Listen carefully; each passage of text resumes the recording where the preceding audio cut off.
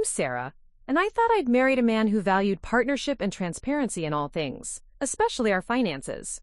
After building a successful consulting business together over 12 years, I never imagined that my husband would use his position as our financial manager to systematically freeze me out of our own accounts.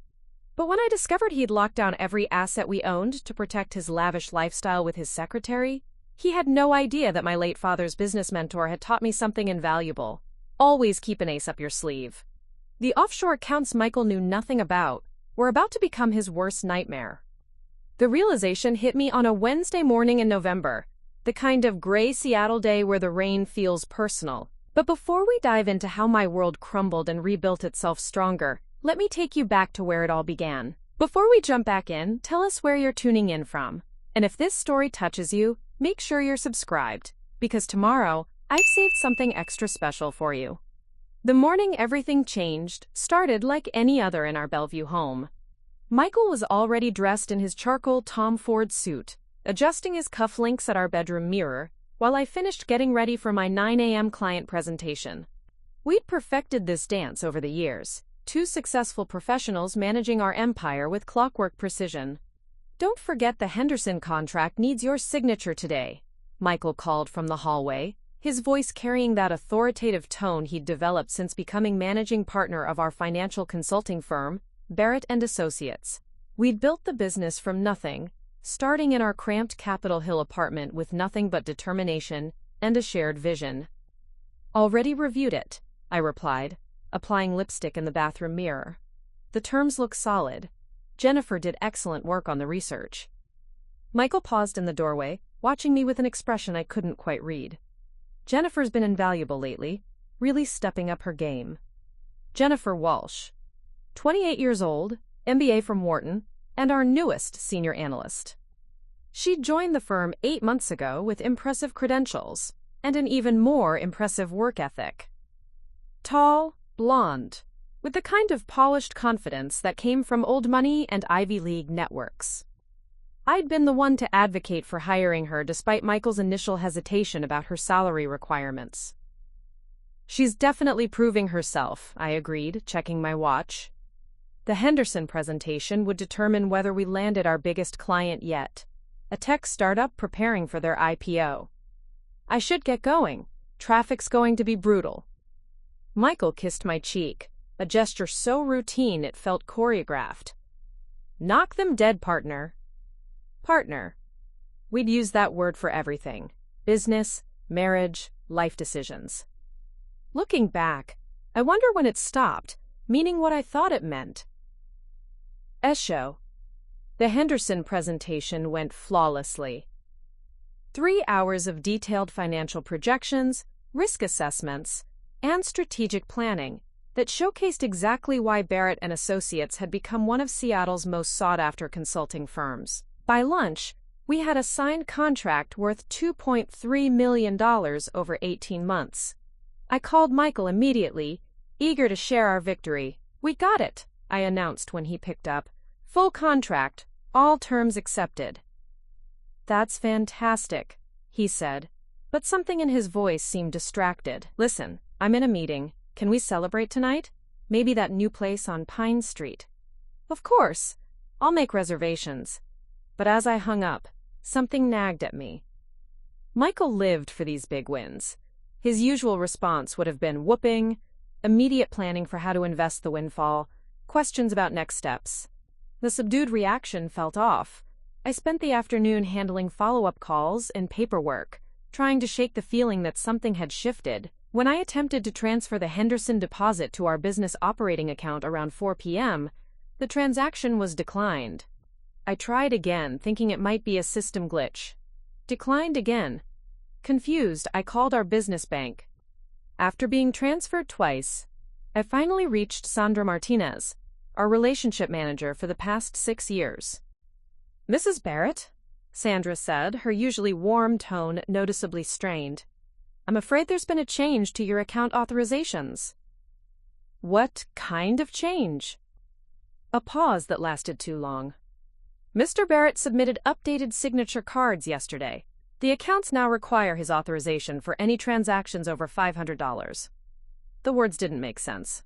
"That can't be right. We've always had equal access. I have the documentation right here, Sandra continued gently. Perhaps you should speak with Mr. Barrett directly about the changes. I sat in my car outside the Henderson building, staring at my phone. In 12 years of partnership, we'd never changed our banking arrangements without mutual discussion. Every major decision was made together. That was the foundation of our success. I drove straight to our office, a sleek space in a converted warehouse in South Lake Union. The modern glass and steel building reflected our image perfectly: successful, innovative, forward-thinking. Our suite occupied the entire 15th floor, with Michael's corner office commanding a view of Elliott Bay. The elevator ride felt longer than usual. When I stepped into our reception area, Jennifer looked up from her desk with a bright smile that seemed somehow different, more confident perhaps, more proprietary. "Sarah! Congratulations on Henderson. Michael told me the good news." "Thanks. Is he available?" "He's on a call with the Morrison Group, but I think he's almost finished." I walked toward his office, noting details I'd somehow missed before. Jennifer's desk had been rearranged, positioned with a clear sightline to Michael's door. Her usual stack of financial journals had been replaced with interior design magazines. Most notably, she was wearing a delicate gold bracelet I didn't recognize, expensive looking, with what appeared to be a small diamond charm. Michael's office door was closed, but I could hear his voice through the glass. Not the words, but the tone. Warmer, more intimate than his usual business calls. I knocked and entered without waiting for permission. Excel's tone. He was facing the window, phone pressed to his ear. "I'll call you back," he said quickly, ending the conversation and turning around. "Sarah, how did the rest of the afternoon go? We need to talk about the bank accounts." His expression shifted almost imperceptibly. "What about them?" "Sandra says you changed our authorization requirements, without discussing it with me." Michael moved to his desk, straightening papers that were already perfectly aligned. "I've been meaning to bring that up. It's just a temporary measure while we restructure some of our business finances. The growth from Henderson and our other new clients requires more sophisticated management." The explanation sounded reasonable, but it didn't address the fundamental issue. Since when do we make unilateral decisions about anything, let alone our finances? "It's not unilateral," he said, his voice taking on a slightly patronizing tone I'd never heard before. "It's strategic. I've been working with our accountants on optimizing our tax position for next year. Having centralized authorization prevents any timing issues with transactions." I studied his face, looking for the partner I'd built this business with. "Michael, we've never had timing issues. And you know I handle half our client relationships. How am I supposed to manage cash flow if I can't access our accounts?" He moved around the desk, placing his hands on my shoulders in a gesture meant to be reassuring.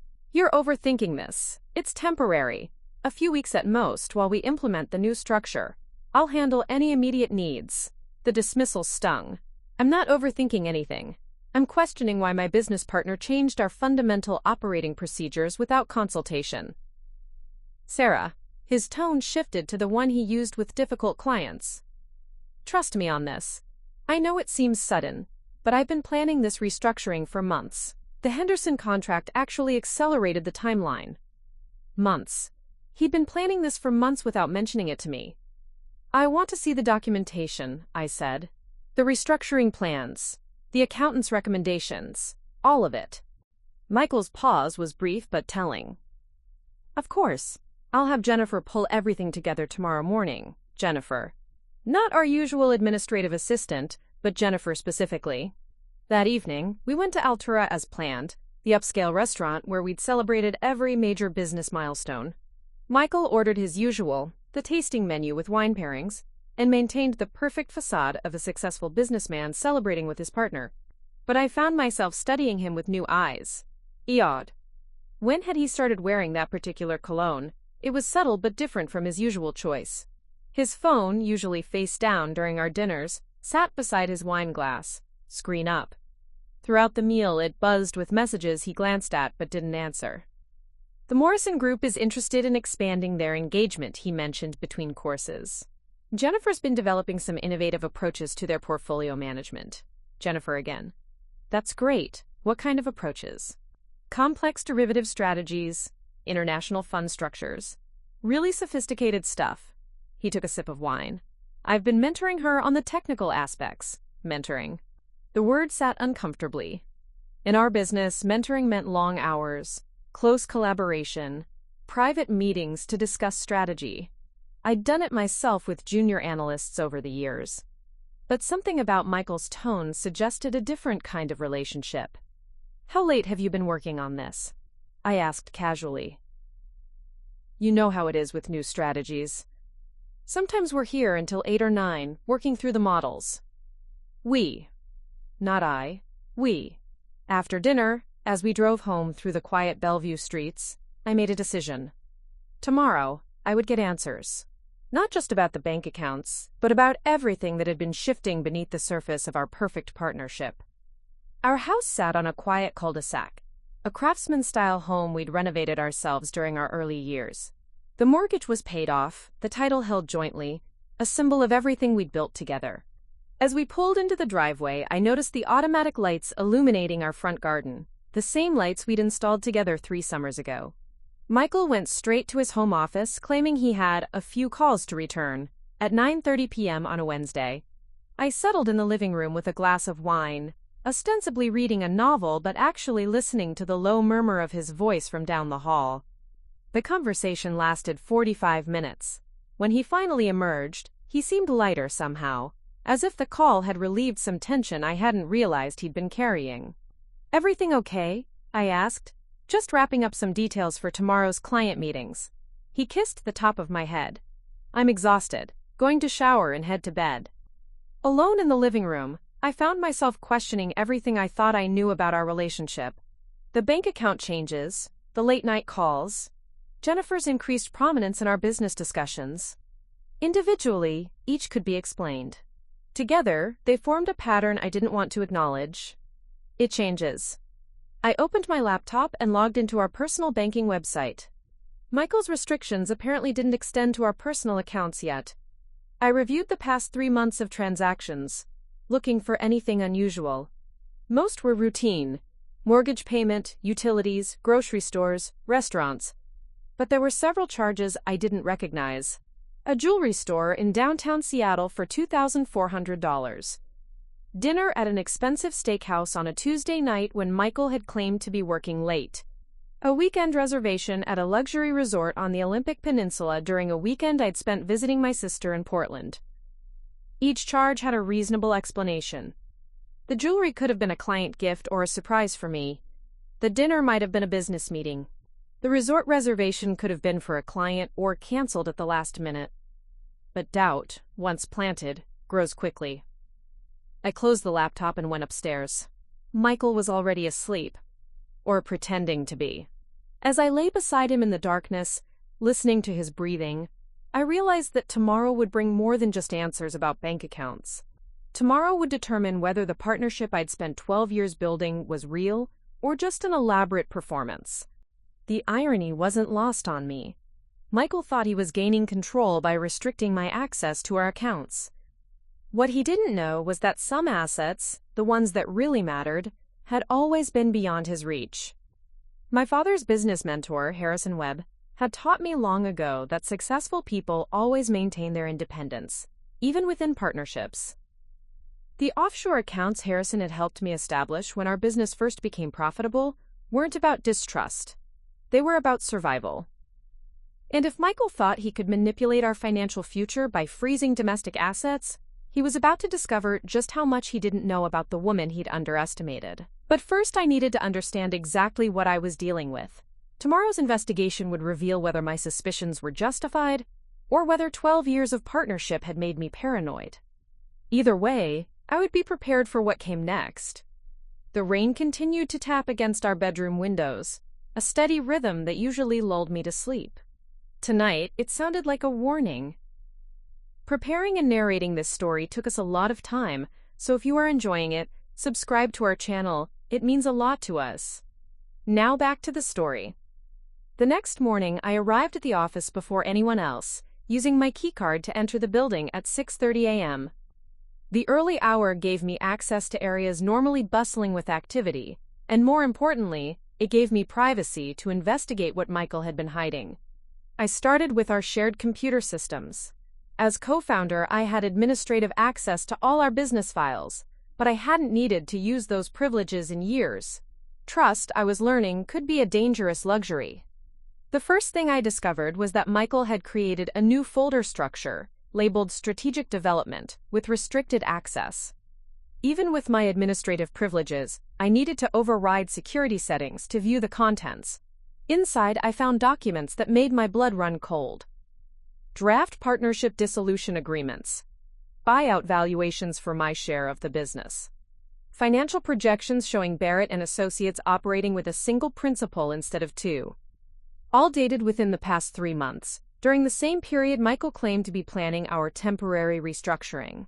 The buyout valuation was particularly insulting. Michael had commissioned an independent assessment that valued my 50% stake at $1.8 million, roughly half what I knew it was worth. The methodology deliberately undervalued our client relationships, intellectual property, and future earnings potential. It was the kind of low-ball assessment used to force out unwanted partners. I photographed every document with my phone, my hands trembling with a mixture of rage and betrayal. 12 years of building this business together, and Michael had been planning to push me out while I focused on landing our biggest client. Next, I accessed our financial management software.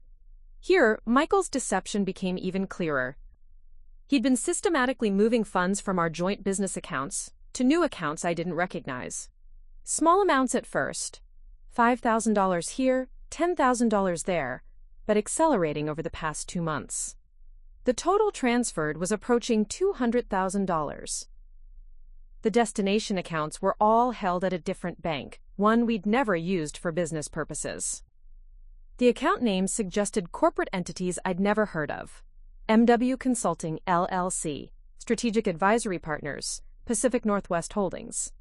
All formed within the past 6 months, all listing Michael as the sole authorized signatory. I was photographing the transaction history when I heard the elevator chime. Quickly closing the financial software, I moved to my own office and pretended to review client files. Through my glass wall, I watched Jennifer emerge from the elevator, looking surprisingly composed for someone arriving at 7:15 a.m. She headed directly to Michael's office with a key I didn't know she possessed. Through his glass walls, I watched her move around his space with familiarity that spoke of frequent private access. She watered the plants on his windowsill, adjusted papers on his desk, and made coffee using his personal espresso machine, tasks that seemed far outside her role as a senior analyst. When Michael arrived at 7:45, his greeting to Jennifer was warm, but carefully professional. Still, I noticed the way his hand lingered on her shoulder as he thanked her for the coffee, the way she smiled up at him with an intimacy that had nothing to do with business. I forced myself to focus on legitimate work, knowing that confronting Michael without complete information would be a mistake. He'd already demonstrated his willingness to manipulate our financial arrangements. I needed to understand the full scope of his plans before revealing what I'd discovered. At 10 a.m., I had a meeting with Robert Chen, our longtime accountant. I'd scheduled it under the pretense of discussing tax strategies for the Henderson contract, but my real agenda was much more specific.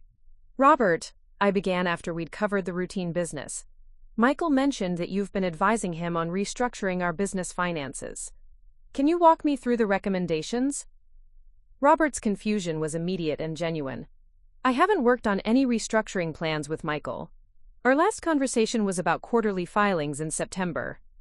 The lie was so blatant it took my breath away. He specifically mentioned tax optimization strategies that required changes to our account authorizations. "Sarah, I would never recommend unilateral authorization changes without consulting both partners. That goes against basic partnership protections." Robert leaned forward, concern evident in his expression. "What kind of changes are we talking about?" I explained the bank account restrictions, watching Robert's expression grow increasingly troubled.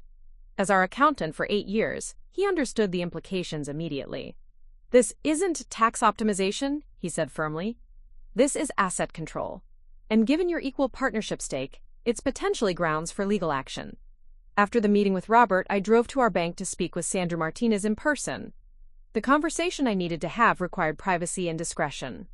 "Mrs. Barrett," Sandra greeted me with obvious discomfort. "How can I help you today?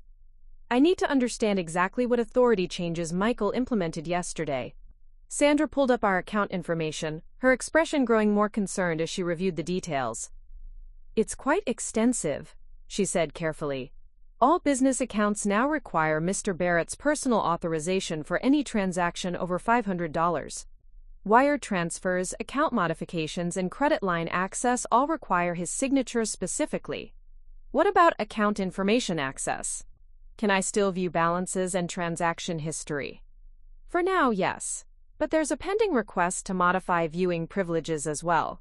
The scope of Michael's control grab was breathtaking. He wasn't just restricting my access to funds.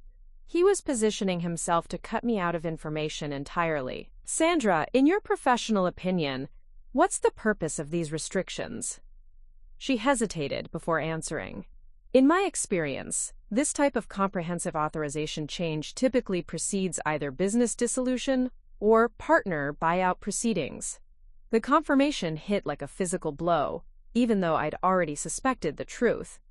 "Is there anything I can do to protect my interests? As an equal partner, you have legal rights that can't be simply overridden by unilateral authorization changes. But you'd need legal counsel to enforce those rights." She paused.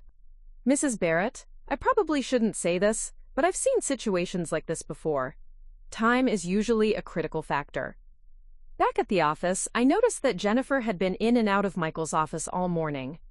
Their interactions appeared professional to casual observers, but I was now attuned to subtleties I'd previously missed.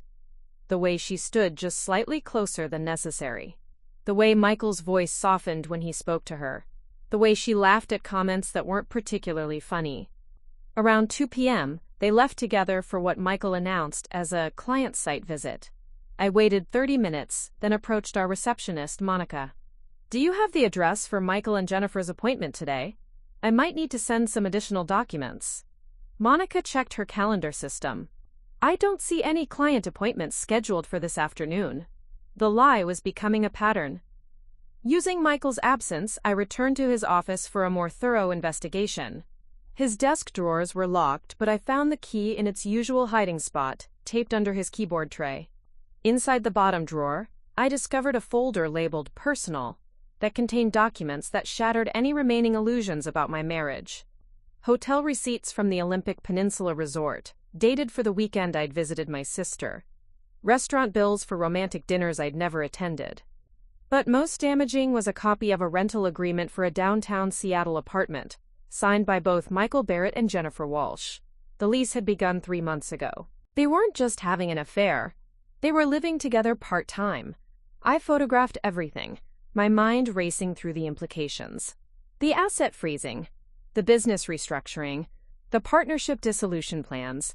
It was all part of a coordinated strategy to minimize Michael's financial obligations while maximizing his control over our shared assets. My phone buzzed with a text from Michael. "Site visit running long. Don't wait up for dinner." I stared at the message, remembering all the late nights, weekend work sessions, and business trips that had seemed normal at the time. How long had I been living in a marriage that existed only in my imagination? That evening, alone in our house, I made a decision that would change everything.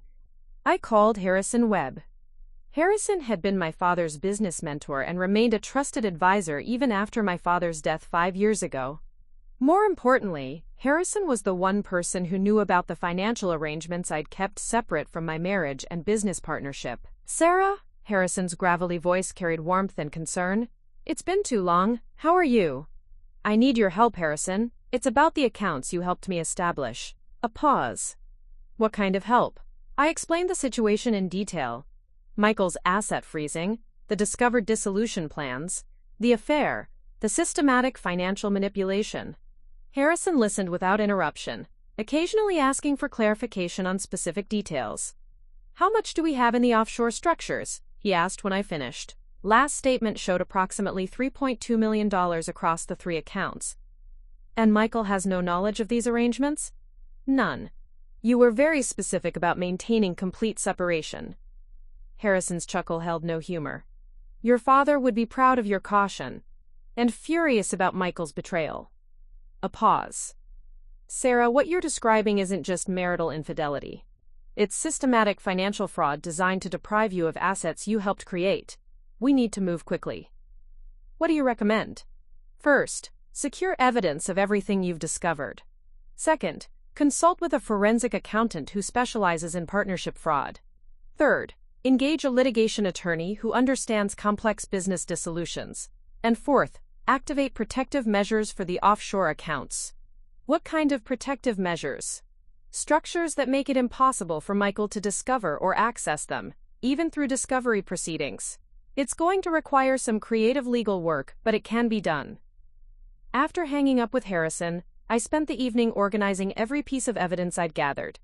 Bank statements, transaction records, partnership documents, hotel receipts, apartment leases. Each item painted a picture of systematic deception that had been months in the making. Around 11 p.m., I heard Michael's car in the driveway.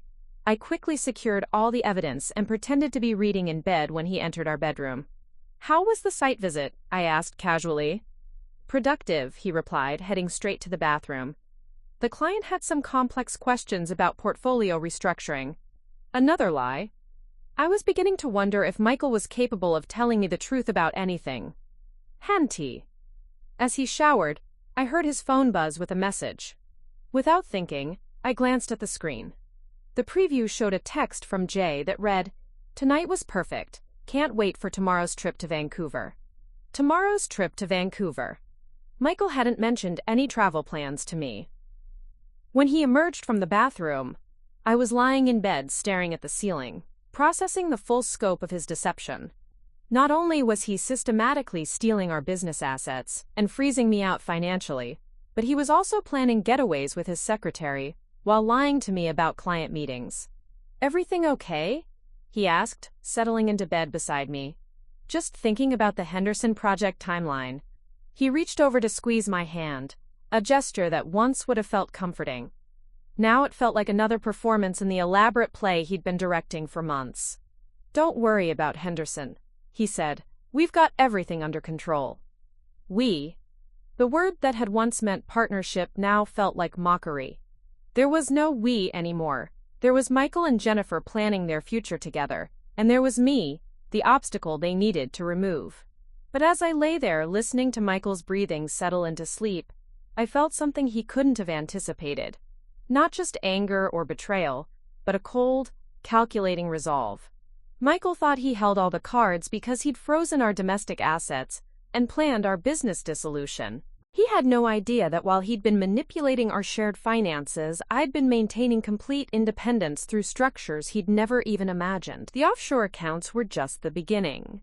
Harrison and I had created a financial fortress that would not only protect me from Michael's schemes, but potentially turn his own strategy against him. Tomorrow, while Michael and Jennifer enjoyed their romantic trip to Vancouver, I would begin implementing a plan that would show them exactly what it meant to underestimate Sarah Barrett. The game was about to change, and this time I would be the one controlling the rules. While Michael and Jennifer jetted off to Vancouver for their romantic getaway, I implemented the most important phone call of my life. By 7 a.m. Friday morning, I was sitting across from Catherine Morrison, Seattle's most feared forensic accountant, in her downtown office overlooking Pike Place Market.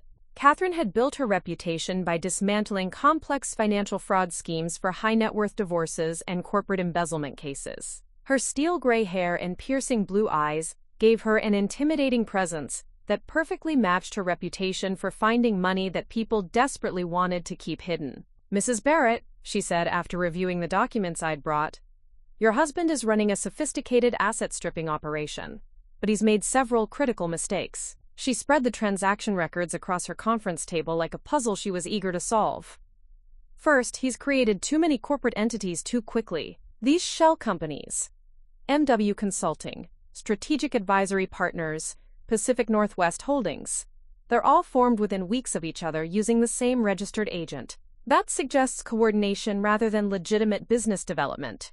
I leaned forward as Catherine traced patterns in the financial records with her pen. "Second, he's been sloppy with the timing. Look at these transfers. They correspond directly with your major client wins. He's essentially been skimming your success to fund his exit strategy." The revelations stung. Every victory I'd celebrated, every milestone we'd achieved together, had been immediately converted into Michael's escape fund. "What's our strongest position?" I asked. Catherine smiled. the expression of a predator who'd found her prey. Your husband thinks he's isolated you financially. What he doesn't realize is that his aggressive asset control actually works in our favor. Courts don't like unilateral financial manipulation, especially in equal partnerships. She pulled out a legal pad and began sketching a strategy diagram. We're going to file an emergency motion for preliminary injunction, freezing all business assets until a full forensic audit can be completed. His own actions, the unauthorized account restrictions, the hidden corporate entities, the systematic fund transfers, they provide grounds for the court to assume bad faith. How quickly can we move? Emergency filings can be heard within 72 hours. But Sarah, Catherine's expression grew serious, once we file, this becomes a very public, very aggressive legal battle. Your husband will realize he's been caught, and he'll escalate accordingly.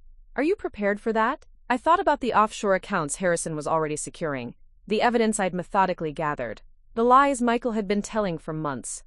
I'm prepared. Catherine made several calls while I waited, her conversations brief and coded. Within an hour, she'd assembled what she called a rapid response team, a litigation attorney specializing in partnership fraud, a private investigator to document the affair, and a technology expert to secure digital evidence before it could be destroyed. The litigation attorney, David Kim, arrived at Catherine's office by 10 a.m. Tall, impeccably dressed, with the kind of confident bearing that suggested he rarely lost.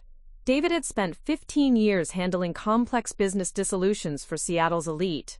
The partnership dissolution documents your husband prepared are legally questionable, David said after reviewing Michael's files. Equal partners can't unilaterally initiate dissolution without specific triggering events, breach of fiduciary duty, incapacitation, or mutual agreement. Affair and asset manipulation actually strengthen your position.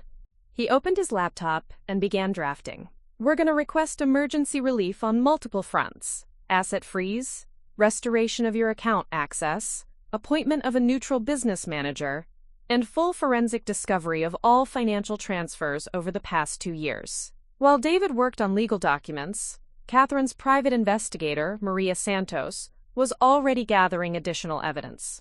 A former Seattle police detective turned corporate investigator, Maria had connections throughout the city's business and hospitality networks. Your husband and his secretary checked into the Fairmont Pacific Rim in Vancouver yesterday afternoon, Maria reported via phone. Registered as Mr. and Mrs. Barrett. They're scheduled to return Sunday evening. The use of my name for their romantic weekend felt like a particular slap in the face. More importantly, Maria continued, I've confirmed the downtown apartment lease. They've been cohabitating there 3 nights a week since August. Building security cameras should provide timestamps proving the ongoing relationship. By noon, our rapid response team had assembled a comprehensive legal strategy. But before we filed anything, I had one more crucial call to make. Keese. Harrison Webb answered on the first ring. Sarah, I've been expecting your call. How did the morning go? We're ready to file emergency motions, but I need to know the offshore structures are completely secure first. Already done. Harrison's voice carried satisfaction. I spent yesterday working with our contacts in the Cayman Islands and Singapore. The accounts have been restructured under enhanced privacy protocols. Even if Michael somehow discovers their existence, he'll find himself facing some very creative legal obstacles. What kind of obstacles? Harrison chuckled. Let's just say that certain international financial institutions don't appreciate American fishing expeditions, especially when the account holders have been model clients for years. The structures are now essentially bulletproof. With our financial fortress secured, I gave David the green light to file our emergency motion. The legal documents were submitted to King County Superior Court at 2:47 p.m. on Friday afternoon, requesting a hearing first thing Monday morning. That evening I sat in our empty house, surrounded by the remnants of a marriage I now realized had been fiction for months. Michael's closet still held his clothes. His bathroom counter still displayed his expensive skincare products. His home office still contained business files he assumed were safe from my scrutiny. I spent the evening methodically documenting everything. Photographs of his personal items, videos of his office setup, detailed inventories of shared possessions. If Michael wanted to play hardball with our assets, I would ensure nothing was overlooked when it came time for final settlement. Around 9 p.m., My phone rang. Michael's name appeared on the screen. Sarah. His voice carried that familiar warmth that I now recognized as pure performance. Just wanted to check in. How was your day? Quiet, I replied, marveling at how easily I could match his deceptive tone. Caught up on some paperwork. How's Vancouver? Productive. The Morrison Group has some complex international investment interests that required in-person consultation. Another lie, delivered so smoothly I almost admired his skill. Jennifer must be learning a lot from these high-level client interactions. A slight pause. She's very dedicated to professional development. We chatted for another 5 minutes about mundane topics. Weather, weekend plans, upcoming client presentations. Michael had no idea that while he spun his web of deception, I'd already begun dismantling it, thread by thread. After hanging up, I received a text from David Kim, process server located the Vancouver hotel. Michael will be served with emergency motion papers tomorrow morning. Game on. The next morning, I drove to my sister Rachel's house in Kirkland, needing to be away from our home, when Michael received the legal documents. Rachel, a corporate attorney herself, had been suspicious of Michael for years, though she'd kept her concerns mostly to herself. I always wondered about his need to control everything, Rachel said as we sat in her kitchen with coffee. Even early in your relationship, he had opinions about your finances, your business decisions, your friendships. I thought it was just personality, but what? Controlling men rarely stop at suggestions. They escalate until they achieve complete dominance. She studied my face. Sarah, I need to ask, has he ever been physically threatening? The question caught me off guard. No, never. Michael's manipulation is purely financial and emotional. Good, but be prepared for that to change once he realizes you've outmaneuvered him. Men like Michael don't handle losing control gracefully. At 11:30 a.m., my phone exploded with calls from Michael. I let them all go to voicemail, knowing that anything I said could potentially be used against me in court. The voicemails, however, provided excellent evidence of his deteriorating composure. The first message was controlled anger. Sarah, I just received some very disturbing legal documents. We need to talk immediately. The second showed cracks in his facade. This is insane. You're destroying everything we've built together over some temporary financial restructuring. By the fourth message, his mask had completely slipped. You have no idea what you're playing with. I built this business while you handled decorative client presentations. Don't think you can just steal what I've created? Decorative client presentations. The condescending dismissal revealed what Michael really thought of my contributions to our partnership. The fifth message was the most telling. Fine. If you want to play games, we'll play games. But remember, I control the business accounts, the client relationships, the operational systems. You're going to regret this. I forwarded all the voicemails to David Kim, who responded with obvious pleasure. Perfect. Nothing like documented threats to support our emergency motion. Your husband just handed us additional ammunition. Sunday evening, Michael returned from Vancouver. I heard his car in the driveway around 8 p.m. but didn't go to greet him. Instead, I remained in our living room, reading a novel and projecting an air of complete calm. When he entered the house, his energy was dark and volatile. Gone was the polished professional demeanor, replaced by barely contained rage. Sarah. His voice was ice cold. We need to talk. I looked up from my book as if I'd just noticed his arrival. How was your business trip? Cut the act. You know exactly what you've done. I set my book aside and met his glare steadily. I filed legal documents to protect my interests in our business partnership. The same partnership you've been systematically dismantling while lying to me about restructuring.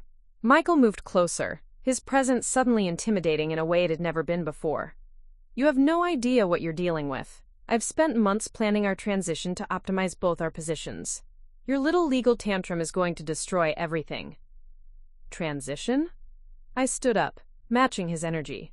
Is that what you call stealing $200,000 from our business accounts and planning to buy me out at half my stake's value? His face showed genuine shock that I'd discovered the dissolution plans. For a moment, the calculated businessman disappeared, replaced by someone who looked almost desperate. Those were preliminary discussions, contingency planning for various scenarios. Including the scenario where you move in with Jennifer Walsh while lying to me about client meetings? The mention of Jennifer's name broke something in his composure. My relationship with Jennifer is separate from our business issues. Your relationship with Jennifer is being funded by assets you stole from our partnership. That makes it very much a business issue. Michael sat down heavily in his armchair, running his hands through his hair. For the first time in months, I saw the man I'd married rather than the manipulative stranger he'd become. Sarah, listen to me carefully. The emergency motion you filed, it's going to trigger discovery processes that could expose things you don't want exposed. Something in his tone made me pause. What kind of things? Financial arrangements, international structures, offshore holdings. He looked up at me with something that might have been genuine concern. Courts don't like hidden assets, Sarah. If they find money you haven't disclosed, it could backfire spectacularly. The threat was clear. Michael was fishing to see if I had hidden assets he could use against me. His concern wasn't for my welfare. It was fear that I might have financial resources he didn't know about. I've disclosed everything I'm legally required to disclose, I replied carefully. Have you? Because if there's anything at all that could be seen as financial manipulation or hidden assets, now would be the time to tell me. I almost laughed at the audacity. The man who'd created shell companies and stolen business funds was warning me about the legal consequences of hidden assets. Michael, the only financial manipulation in our relationship has been yours. The court will see that clearly tomorrow. He stood up abruptly, pacing to the window. You're making a massive mistake. The business can't survive this kind of legal battle. Our clients will lose confidence, our reputation will be destroyed, everything we've worked for will be gone. Everything you've worked for, I corrected. You lost the right to claim partnership when you decided to steal from our joint accounts and lie about it. Michael turned back to me, and for a moment I saw something that looked like genuine regret. It didn't have to be like this, Sarah. We could have worked something out privately, amicably. We could have worked something out honestly, I replied. But you chose deception instead. He nodded slowly, as if accepting something he'd been fighting against. Fine.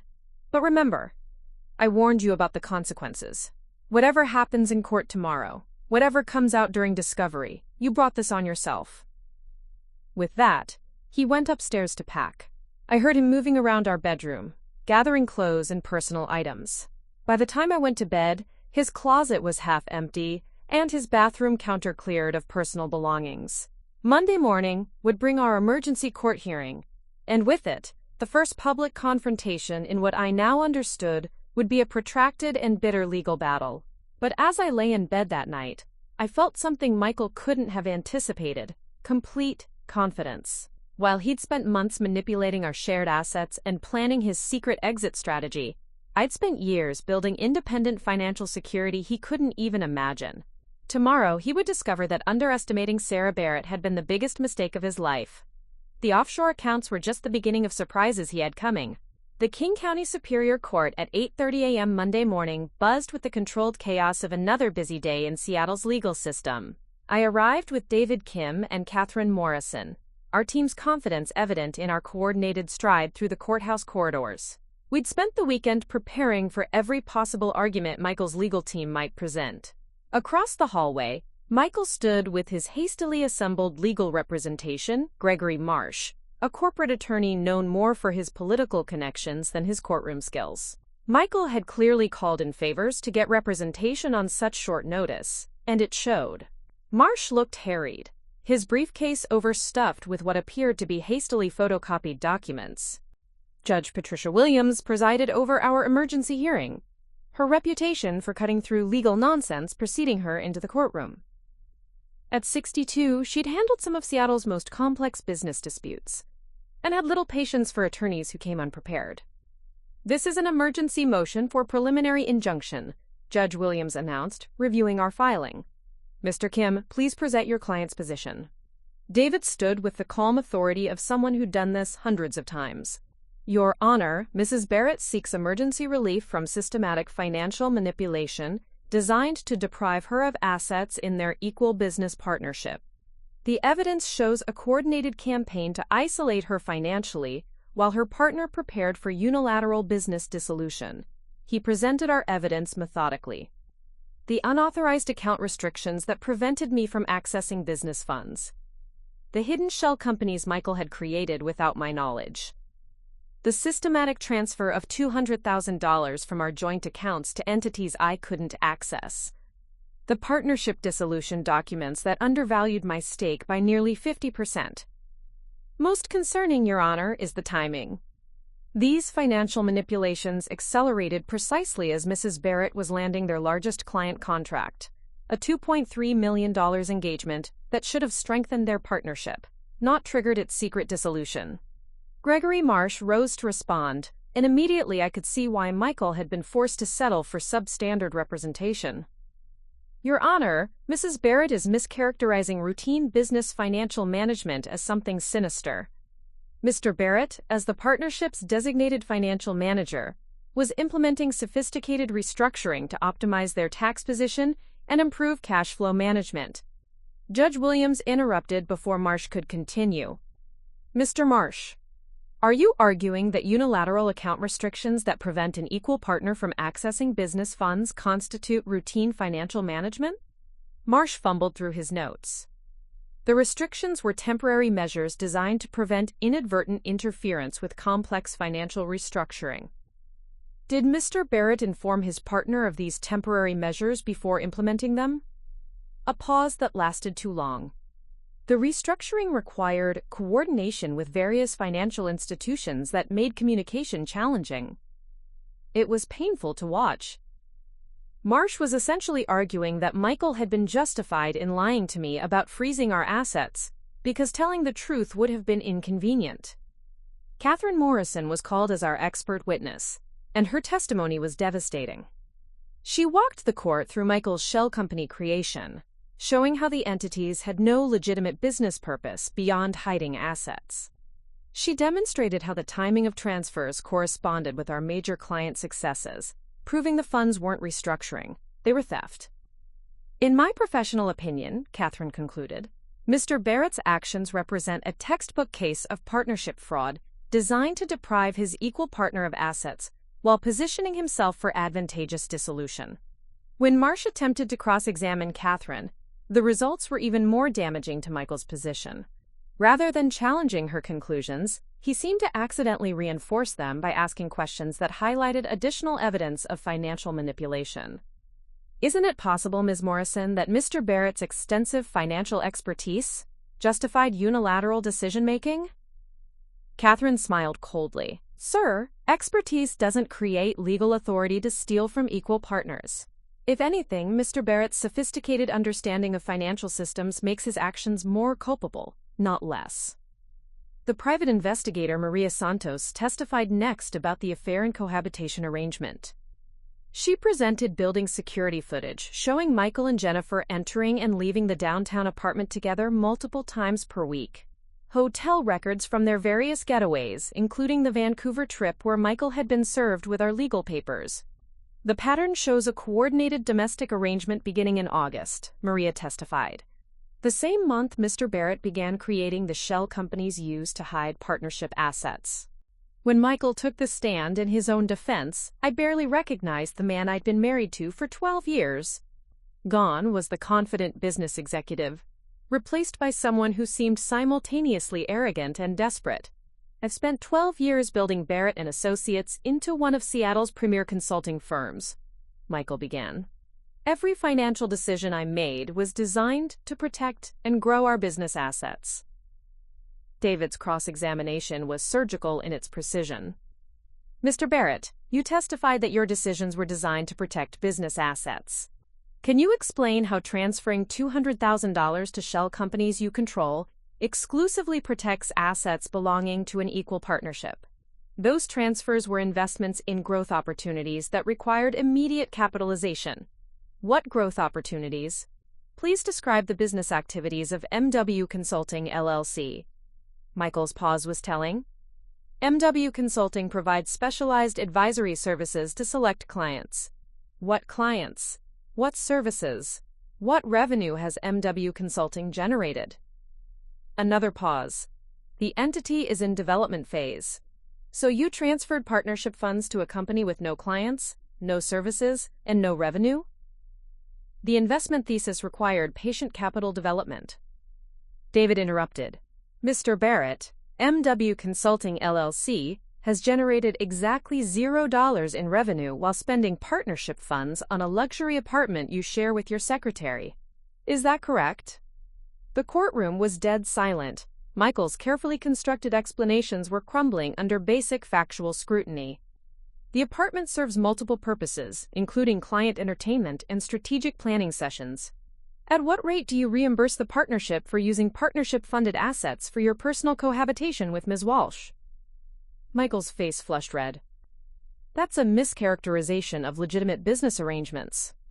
David pressed harder. Did you inform Mrs. Barrett that partnership funds were being used to rent an apartment where you live with another woman? The specific allocation details were part of the comprehensive restructuring package. That's a no, isn't it, Mr. Barrett?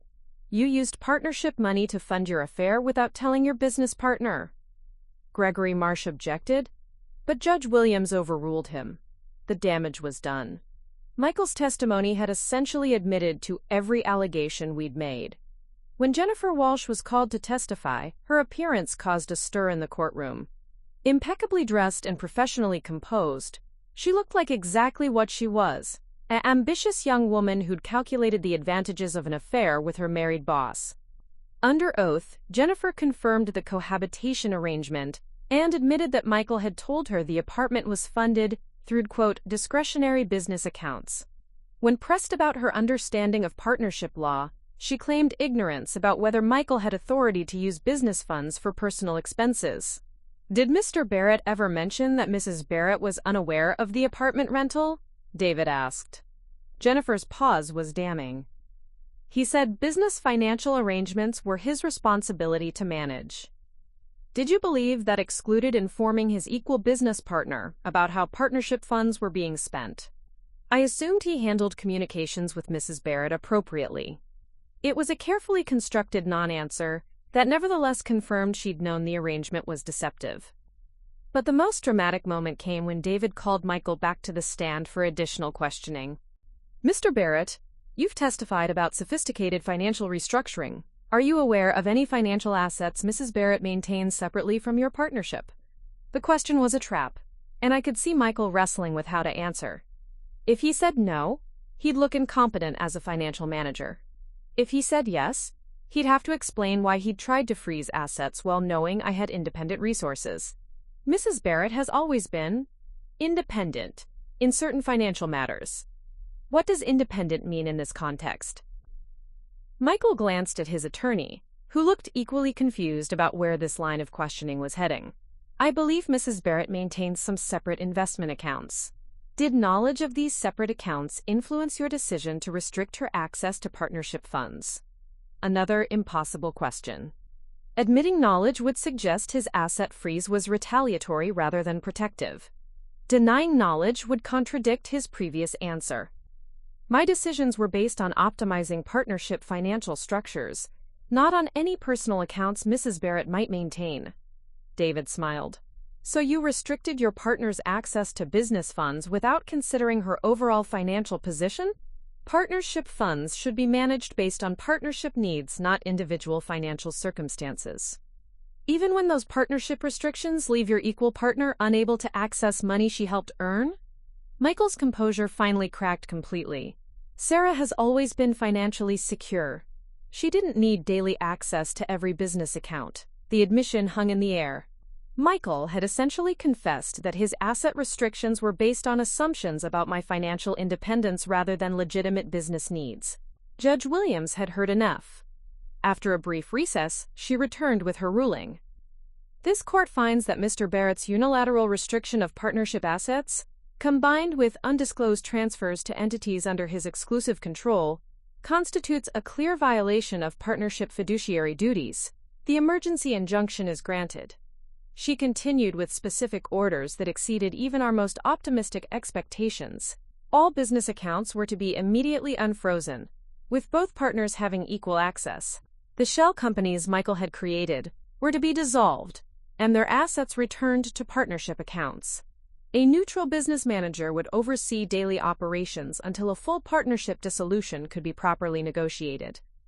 Most importantly, Michael was ordered to provide complete financial disclosure of all transfers, accounts, and assets within 48 hours, with potential contempt charges if any information was withheld. As we left the courthouse, I could see Michael and Gregory Marsh huddled in intense discussion on the courthouse steps. Michael kept glancing in my direction with an expression that mixed fury, calculation, and something that looked like fear. David Kim was practically glowing with professional satisfaction. That went better than I'd hoped. The complete financial disclosure order is particularly powerful. It means Michael has to reveal everything, including any assets he might have tried to hide internationally. What happens next? I asked. Michael has 48 hours to comply with the disclosure order. Given his pattern of financial manipulation, I suspect we'll find additional hidden assets. Meanwhile, the neutral business manager takes control immediately, which protects ongoing operations and prevents any further financial manipulation. As we walked to the parking garage, Catherine Morrison added her perspective. Sarah, this ruling essentially strips Michael of unilateral financial control while forcing complete transparency. He's going from a position of assumed dominance to defensive disclosure. That's going to change his entire strategic position. That evening, alone in our house for what I suspected might be the last time, I reflected on the day's victory. The emergency injunction had exceeded my expectations, but I knew Michael well enough to recognize that his courthouse defeat would only intensify his desperation. His earlier warning about hidden assets suggested he suspected I had financial resources beyond his knowledge. The 48-hour disclosure deadline would soon reveal the full scope of his manipulation, but it would also put pressure on him to discover whatever advantages I might have. The offshore accounts Harrison had secured remained my ace in the hole, but I had a feeling I'd need to play that card sooner than expected. Michael's next move would likely be his most aggressive yet, and I needed to be prepared for whatever desperation might drive him to attempt. The real battle was just beginning. The 48 hours following our court victory revealed just how deeply Michael's deception had penetrated our business and personal lives. As the neutral business manager, Patricia Reynolds, began her forensic review of our accounts, the scope of Michael's financial manipulation became staggering. Sarah, you need to see this, Patricia called me Tuesday afternoon, her voice tight with professional concern. A former FBI financial crimes investigator turned corporate consultant, Patricia had seen every type of business fraud imaginable. Her shock was therefore particularly troubling. I met her at our office, where she'd spent 2 days methodically reviewing every financial transaction from the past 18 months. Her conference table was covered with printouts, spreadsheets, and legal pads filled with notes in her precise handwriting. The $200,000 in obvious transfers was just the beginning, Patricia began, pointing to a complex flowchart she'd created. Michael has been systematically siphoning funds through a network of interconnected shell companies that goes back almost 2 years. She traced the money flow with her pen. Barrett & Associates pays consulting fees to MW Consulting. MW Consulting pays management fees to Strategic Advisory Partners. Strategic Advisory Partners pays licensing fees to Pacific Northwest Holdings. Each company takes a cut, and the final destination is a network of accounts I'm still trying to trace. The total amount diverted was approaching $800,000, nearly half our business's accumulated retained earnings from 12 years of operation. How is this possible? I asked, staring at the evidence of systematic theft. I reviewed our financial statements quarterly. Michael was very sophisticated, Patricia explained. The shell company payments were disguised as legitimate business expenses, consulting fees, licensing costs, management services. Unless you knew to look for the interconnected ownership structure, they appeared to be arm's-length transactions with unrelated entities. She handed me a thick folder. But here's where it gets interesting. Some of these funds have been moving internationally. Wire transfers to accounts in the Cayman Islands, Singapore, and Switzerland. Michael hasn't just been stealing, he's been building offshore financial infrastructure. The revelation hit me like a physical blow. While I'd been maintaining my own offshore security through Harrison's careful planning, Michael had been creating his own international financial fortress using stolen partnership funds. Can we trace where the money went? Patricia's expression was grim. Some of it, yes. But Michael's been working with sophisticated financial advisors who understand international privacy laws. The Cayman accounts, in particular, are structured to resist American discovery proceedings. That evening, I called Harrison Webb to update him on Patricia's discoveries. His response was immediate and concerned. "Sarah, this changes everything. Michael isn't just hiding assets from you. He's building the infrastructure to disappear completely. International wire transfers, shell company networks, offshore accounts. That's the playbook for someone planning to vanish beyond legal reach." What does that mean for our position? It means we need to accelerate our defensive measures. If Michael realizes his domestic manipulation has failed, his next move will be to transfer whatever he can offshore and disappear. Once he's established residency in a non-extradition jurisdiction, recovering stolen assets becomes nearly impossible. Harrison's warning proved prophetic. The next morning, I received an urgent call from David Kim. "Sarah, we have a problem. Michael failed to comply with the court's disclosure deadline, and when Patricia tried to access the shell company accounts this morning, she discovered they'd been emptied overnight." "What do you mean, emptied?" "Every account associated with MW Consulting, Strategic Advisory Partners, and Pacific Northwest Holdings shows zero balance as of yesterday at 11:47 p.m. Approximately $600,000 vanished in a series of wire transfers to international destinations. I felt the ground shift beneath me. Can we stop the transfers? The money's already gone. Worse, Michael hasn't been seen at his apartment since Monday night. His building's security desk says he never returned after the court hearing. The implications crystallized with terrifying clarity. Michael wasn't just manipulating our assets. He was preparing to flee the country with stolen partnership funds. What are our options? I'm filing an emergency motion for contempt of court and requesting marshals to locate Michael for violation of the disclosure order. But Sarah, if he's already left the country, this becomes an international recovery issue.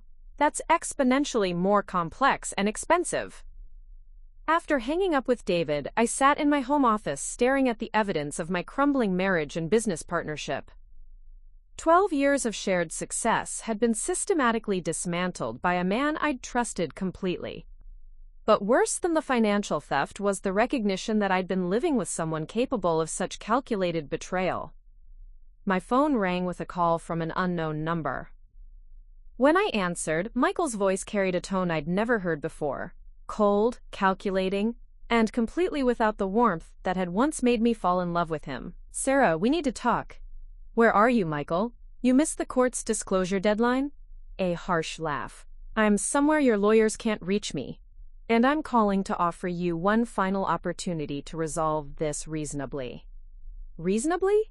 You've stolen nearly $1 million from our partnership and fled the country. I've protected assets from a vindictive legal system that doesn't understand sophisticated international business structures." His voice carried an arrogance that was breathtaking. "But I'm prepared to negotiate a settlement that benefits both of us." "What kind of settlement?" "You keep the business, the house, and your precious domestic assets. I keep what I've already moved offshore. We dissolve the partnership without further litigation, and everyone moves on." The audacity was stunning. Michael was essentially demanding that I accept his theft in exchange for keeping what had always been mine. "Michael, you can't just steal partnership assets and expect me to negotiate from that position." "Can't I?" His voice turned darker. "Sarah, you have no idea what I'm capable of when cornered. I know things about our business, about our finances, about your personal arrangements that could be very uncomfortable if they became public." The threat was unmistakable. "What are you talking about?" "I'm talking about the careful review I've done of our financial records. Some very interesting patterns have emerged regarding your personal income and offshore activities." My blood ran cold. Michael was fishing, but his fishing expedition was dangerously close to areas I needed to protect. "I don't know what you think you've discovered, but I think I've discovered that my wife isn't quite as financially transparent as she's claimed to be. International wire transfers, offshore consulting fees, complex trust structures, very sophisticated arrangements for someone who supposedly focuses on, quote, decorative client presentations. He'd found traces of my offshore accounts. Not the accounts themselves, but enough evidence to know they existed. Michael, if you have specific allegations, make them through proper legal channels. Oh, I will. Unless, of course, we can reach a more civilized arrangement. You accept my proposed settlement, and your financial privacy remains protected.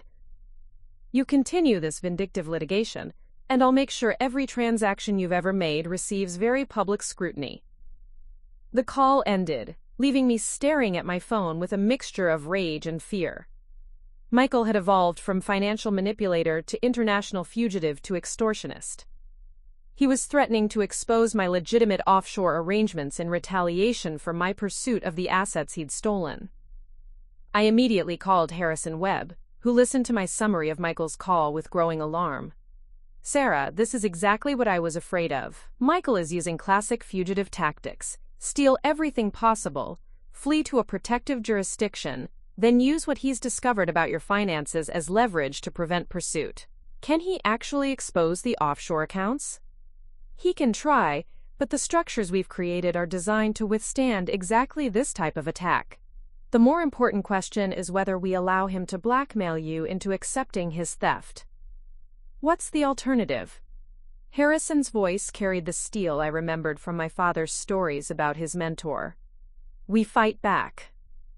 I've been building financial intelligence networks for 40 years, Sarah.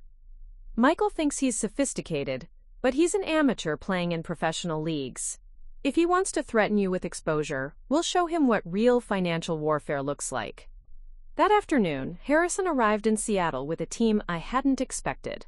A former Treasury Department investigator, an international asset recovery specialist, and a cybersecurity expert who specialized in offshore financial tracking.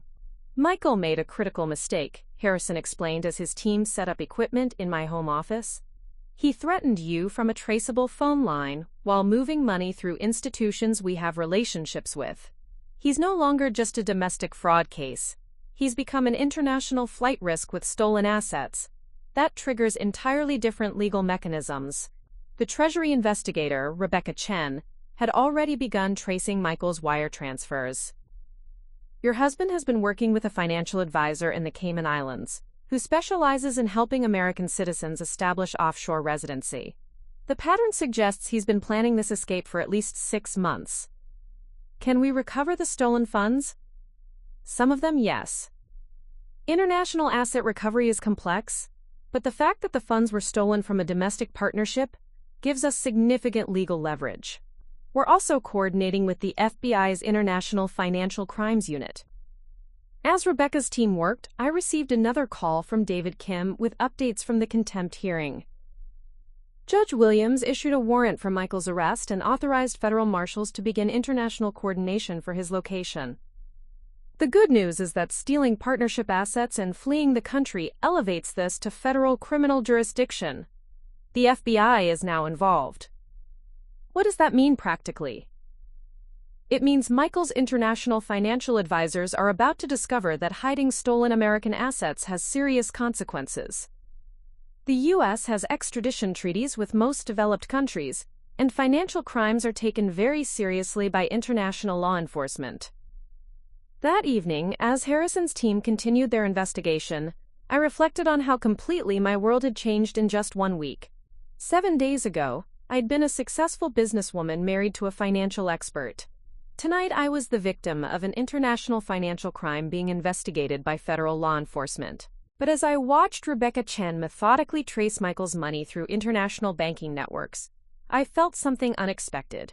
Not just anger or betrayal, but a cold satisfaction.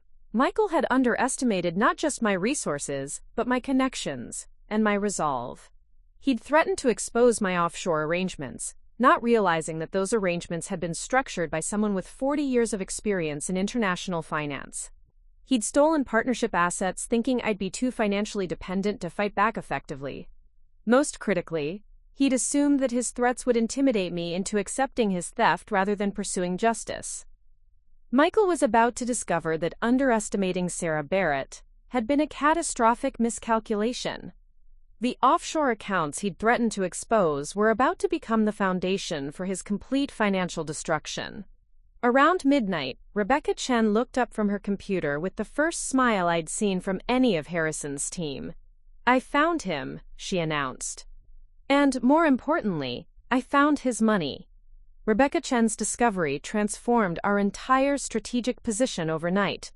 By 6 a.m. Wednesday morning, Harrison's war room in my home office buzzed with activity as federal investigators coordinated with international financial institutions to trace and freeze Michael's stolen assets. "Your husband is in Nassau, Bahamas," Rebecca announced, pointing to a location on her digital map. "He flew there Tuesday morning using a second passport we didn't know existed. More importantly, he's made a critical error in his offshore banking strategy." She pulled up banking records on her laptop screen. Michael assumed that Bahamian financial privacy laws would protect him from American investigation. What he didn't understand is that the bank he chose, Atlantic Financial Services, has been under federal investigation for money laundering.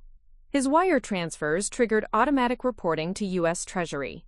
Harrison leaned over her shoulder, studying the financial data with the keen interest of someone who'd spent decades in international finance. "How much money are we tracking?" $847,000 across 4 different accounts, all established within the past 3 weeks. But here's the beautiful part. He's been using the stolen partnership funds to establish Bahamian residency, which requires significant deposits to be held in escrow by local attorneys. The international asset recovery specialist Marcus Webb looked up from his phone. "I've just confirmed that the Bahamian authorities have agreed to freeze all accounts associated with Michael Barrett pending completion of our asset recovery proceedings.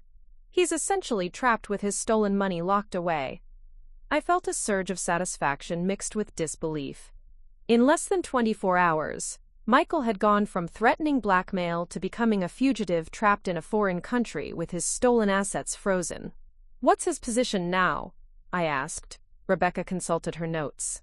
"Legally, he's facing federal charges for international wire fraud, violation of partnership fiduciary duties, and contempt of court. The Bahamas won't grant him permanent residency, using funds that are under criminal investigation. He can't access his money, can't establish legal residency, and can't return to the United States without facing immediate arrest." Harrison smiled with grim satisfaction. Michael played with forces he didn't understand. International finance isn't just about moving money offshore. It's about understanding the legal frameworks, political relationships, and enforcement mechanisms that govern those movements. He's an amateur who thought sophistication meant complexity. As Harrison's team continued their coordination with federal authorities, I received an unexpected visitor. Jennifer Walsh appeared at my front door at 9 a.m., looking nothing like the confident professional I'd known for 8 months.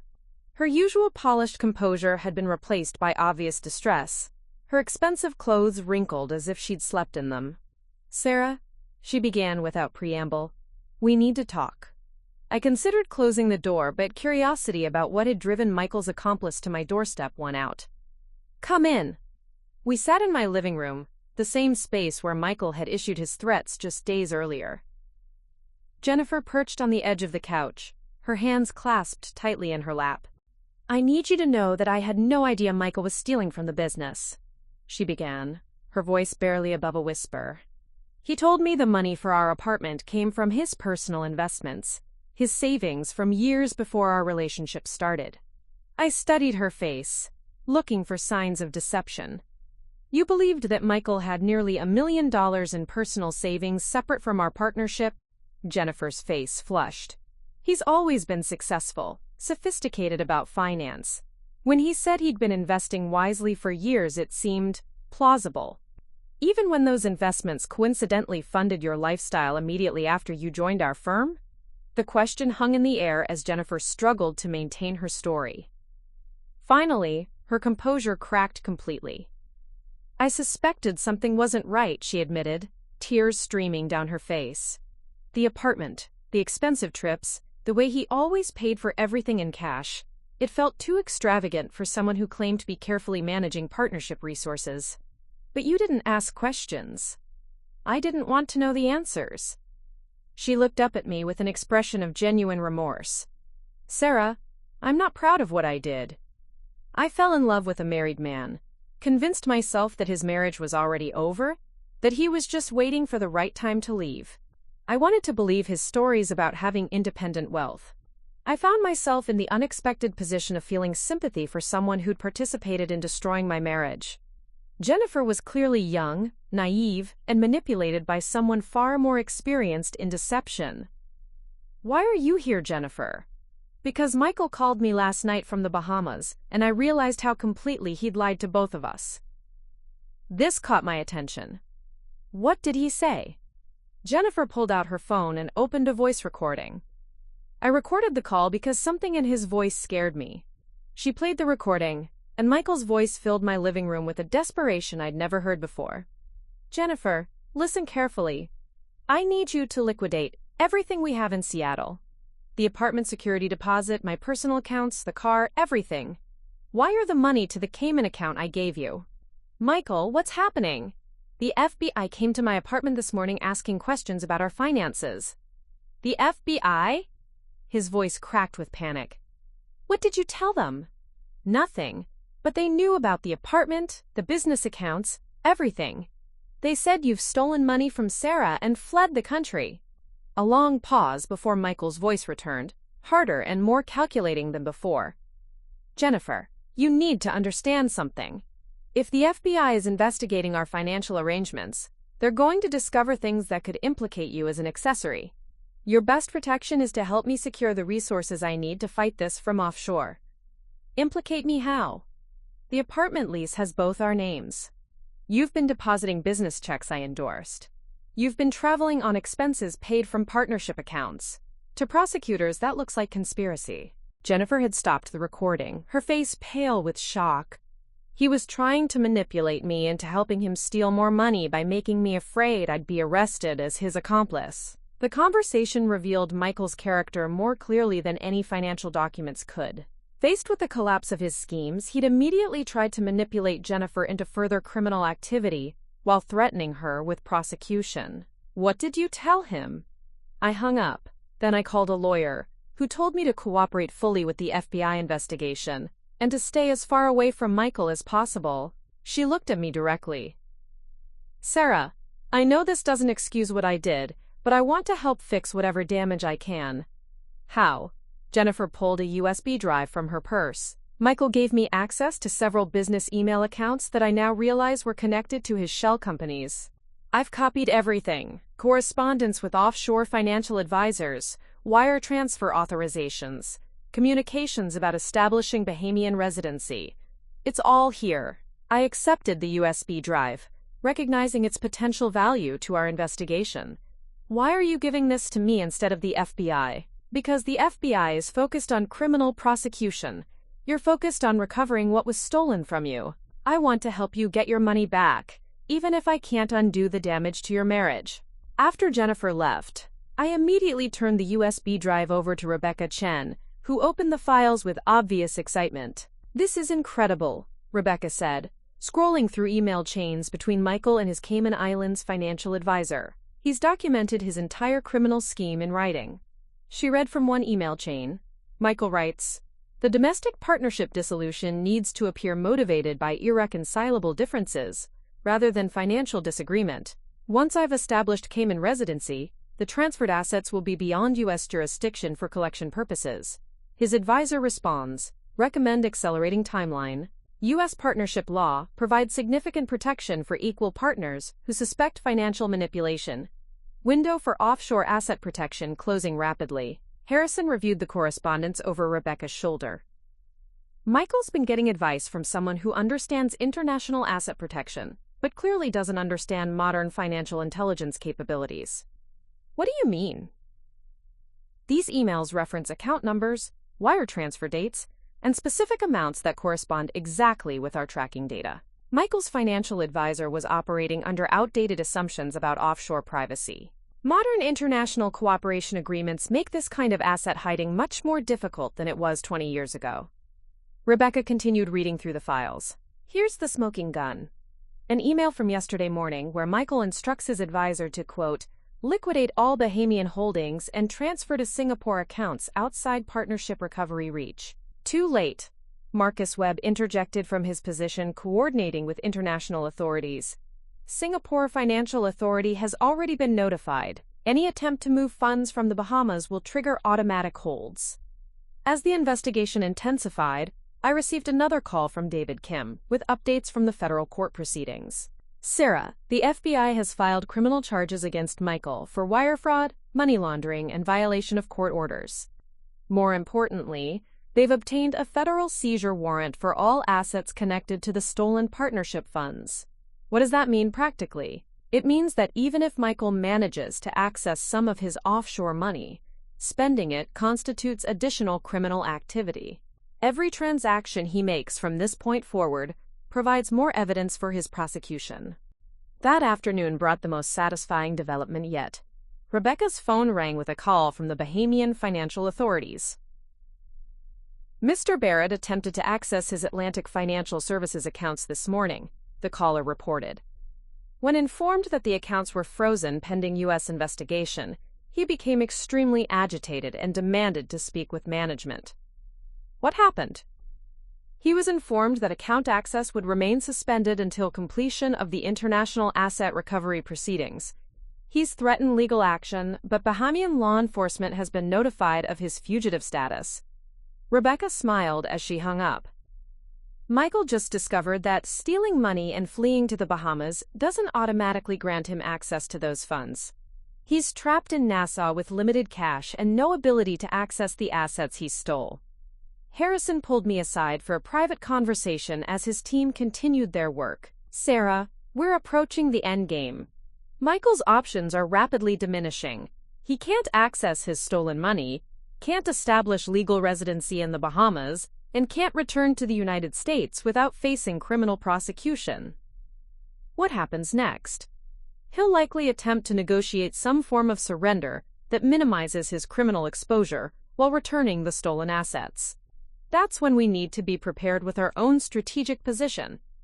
The offshore accounts? Harrison nodded. We've kept your financial independence completely separate from this investigation.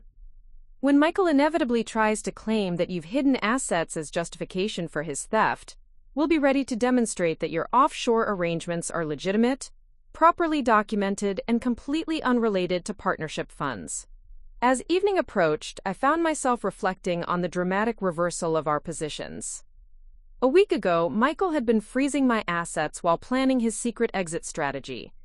Tonight, he was trapped in a foreign country with his stolen money frozen, while federal investigators closed in around him. But the most profound realization was about my own transformation. The woman who had trusted her husband completely, who had focused on client relationships while leaving financial management to her partner, had evolved into someone who could coordinate international asset recovery operations and outmaneuver sophisticated financial criminals. Michael had created his own worst nightmare by underestimating the woman he'd betrayed. Tomorrow would bring the next phase of our confrontation, and his ultimate surrender. The call I'd been expecting came Friday morning at exactly 9:47 a.m. Michael's voice, calling from a Nassau hotel phone, carried none of his previous arrogance, only exhaustion and defeat. Sarah, I want to come home. I was sitting in Harrison's temporary command center, surrounded by federal investigators and international finance experts, who had spent 4 days systematically dismantling Michael's offshore empire. Rebecca Chen gestured for me to keep him talking while she activated recording equipment. Home? I replied carefully. Michael, you're a fugitive facing federal criminal charges. Home isn't really an option anymore. I can fix this. I can make everything right. His voice cracked with desperation. The money, all of it. I'll return every penny. The business, the partnership, everything can go back to how it was. The audacity was breathtaking.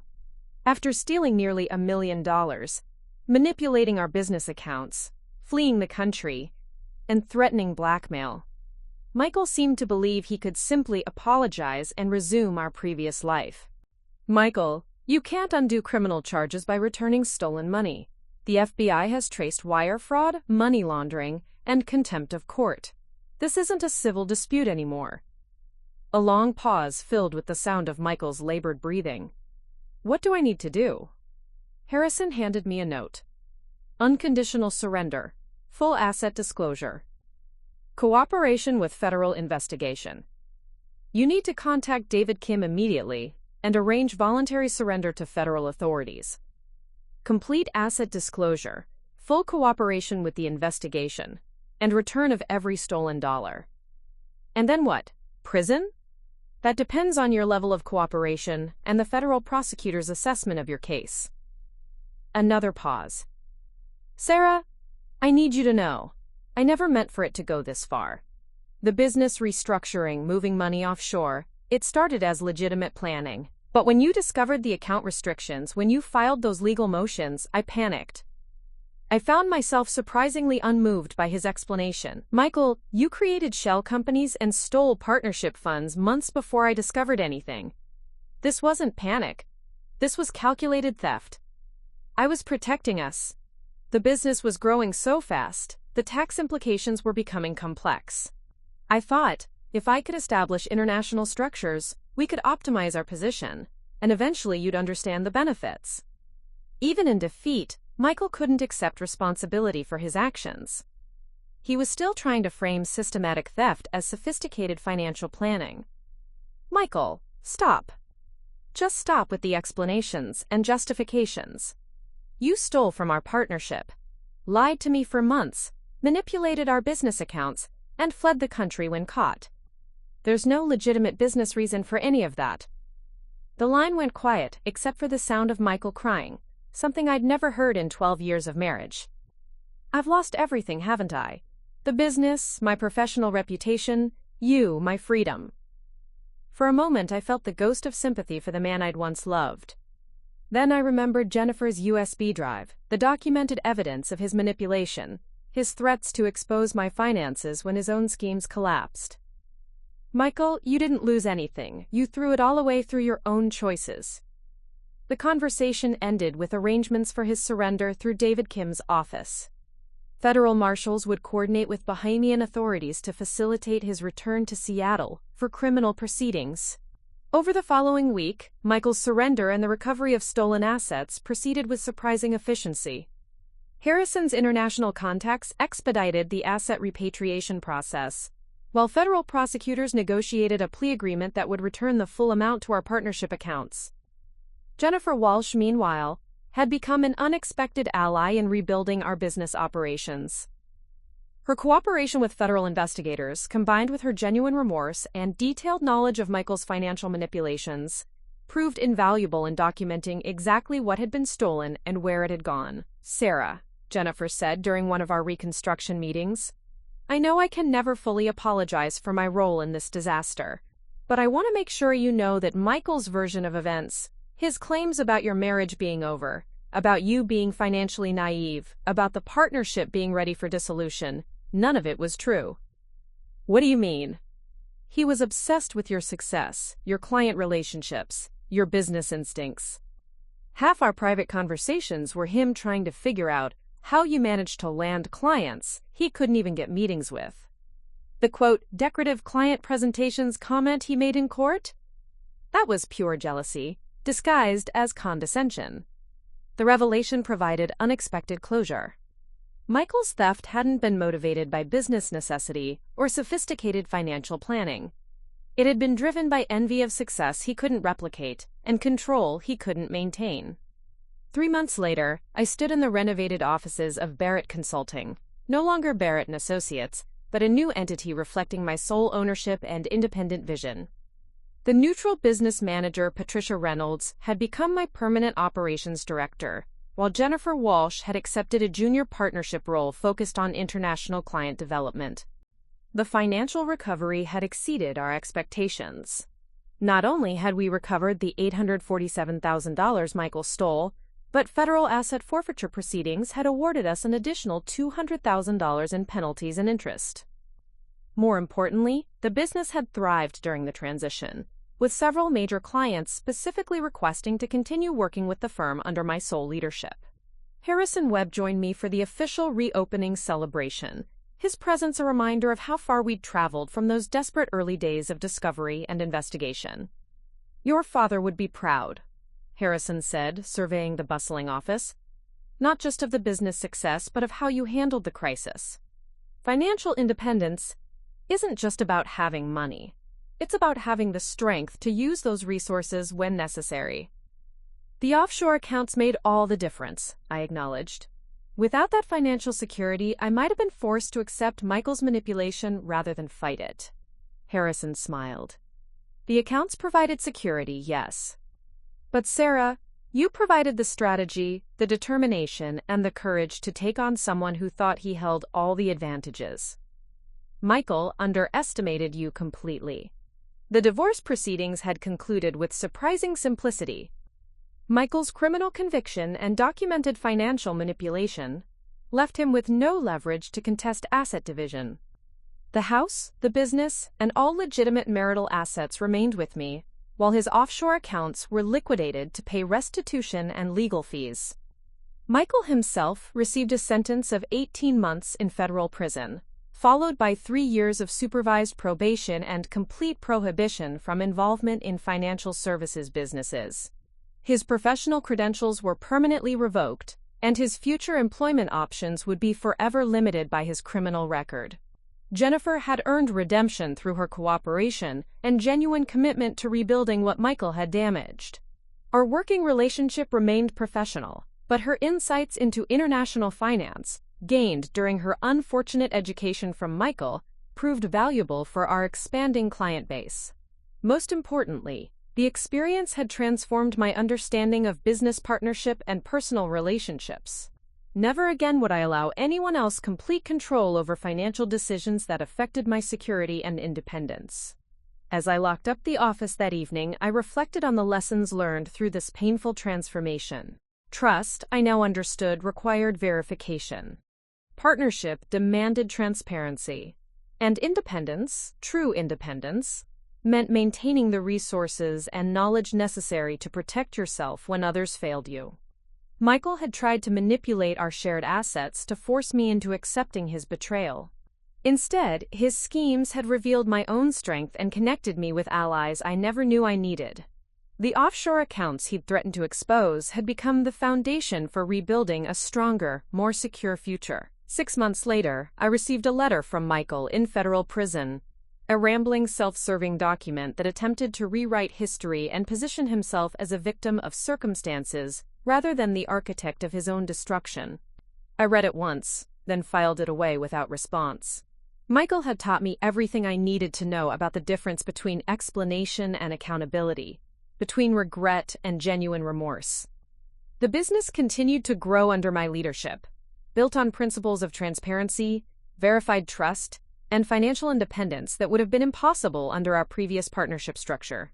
Barrett Consulting became known not just for sophisticated financial advice, but for ethical practices and client protection that set industry standards. Harrison remained a trusted advisor and mentor, his international network providing opportunities for expansion that Michael's provincial thinking could never have achieved. The offshore financial structures that had once been defensive necessities evolved into sophisticated business tools that served legitimate international clients. Most satisfying of all, my success was entirely my own achievement, built on relationships I'd cultivated, expertise I'd developed, and resources I'd protected through careful planning and wise counsel. Michael had tried to steal my future by manipulating our shared assets. Instead, he'd forced me to discover strengths I didn't know I possessed and connections I didn't know I needed. His betrayal had inadvertently created the conditions for success beyond anything our partnership could have achieved. The woman who had once trusted completely had evolved into someone who verified everything. The partner who had focused on client relationships while leaving financial management to others had become someone who understood both sides of sophisticated business operations. Michael Barrett had underestimated Sarah Barrett for the last time. The offshore accounts he couldn't freeze had become the foundation for a financial empire he could never have imagined. Sometimes the greatest victory comes not from defeating your enemies, but from discovering you were stronger than they ever realized. Up next, you've got 2 more standout stories right on your screen. If this one hits the mark, you won't want to pass these up. Just click and check them out. And don't forget to like, subscribe, and turn on the notification bell so you don't miss any upload from us.